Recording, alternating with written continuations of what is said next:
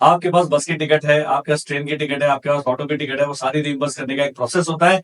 वो आपने original ticket produce करनी है। लेकिन यदि आप स्लीपर क्लास से चले गए, गवर्नमेंट वाला आदेश है कि भाई जो लोएस्ट फेयर है वो दे दो, तो आप एक टाइप की एंट्री के लिए एक ही बार क्लेम कर सकते हैं। यदि आप एफकैट के कैंडिडेट हैं तो एफकैट के एसएसबी के लिए पहली बार और केवल एक बार आप क्लेम कर सकते हैं। डियर फ्रेंड, जब आप एसएसबी इंटरव्यू के लिए जाते हैं तो आप गवर्नमेंट के गेस्ट होते हैं पहली बार एक टाइप के एंट्री के लिए। यदि आप एनडीए के एसएसबी के लिए जा रहे हैं तो आपको AC3 टायर का जो है टू एंड फ्रो का फेयर मिलता है। लेकिन ये फेयर को पहली बार आपको पता लगता है क्लेम कैसे बनता है।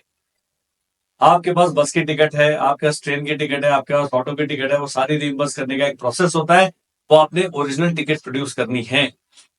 आप AC2 से चले गए तब भी उस रूट का AC3 का ही मिले। लेकिन यदि आप स्लीपर क्लास से चले गए, गवर्नमेंट वाला आदेश है कि भाई जो लोएस्ट फेयर है वो दे दो, तो आप एक टाइप की एंट्री के लिए एक ही बार क्लेम कर सकते हैं। यदि आप एफकैट के कैंडिडेट हैं तो एफकैट के एसएसबी के लिए पहली बार और केवल एक बार आप क्लेम कर सकते हैं। किसी कारणवश यदि आप पहली बार क्लेम करने में असमर्थ रहे हैं तो आप सेकेंड टाइम ही कर सकते हैं, प्रोवाइडेड आपने पहली बार वो टीए जो ट्रैवलिंग अलाउंस उसको क्लेम नहीं किए। ये जानकारी जरूरी है। जब आप पहले आप गए एनडीए के लिए, उसका सीडीएस के लिए, दोनों का जो एसएसबी का टीए आप एक बार ही क्लेम कर सकते हैं। ये जानना जरूरी है।